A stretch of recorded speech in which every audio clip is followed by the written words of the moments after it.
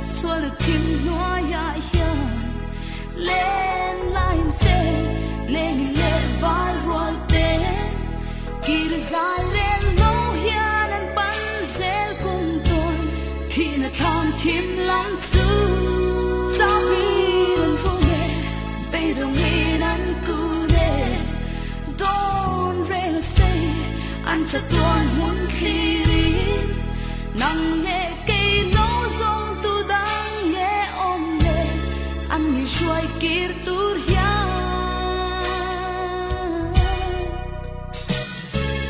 kalai idelang chalai Christian te khu về linh min ao rem na thu por tu ri kan din chan Christa le câu shan tan ti i be se lang kan lal patan hey nghe hi alone kan ta na lal pa tan na thi sen luan chan không ngay là hun cha her liam be ke phong kim lâu na ko vel hi zong cha tua na ting lo thil siam zong ten nga khlel ta ki nan thi tlan na ni ro pui chu nga yin ave chan chin cha shil tu ri o mong lo vino kwa tai ma nge yan dang lam ngai lo a mi te shuai chin tu kan pathiana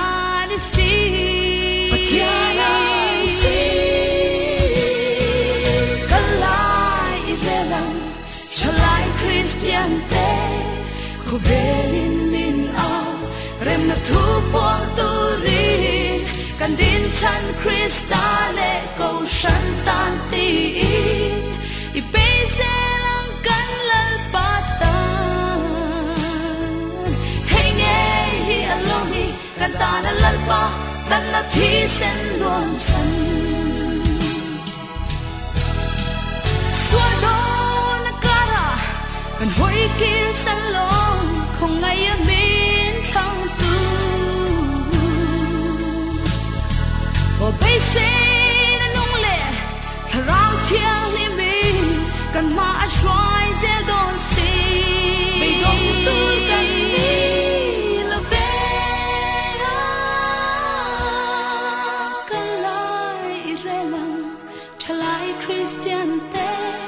ko velin min ao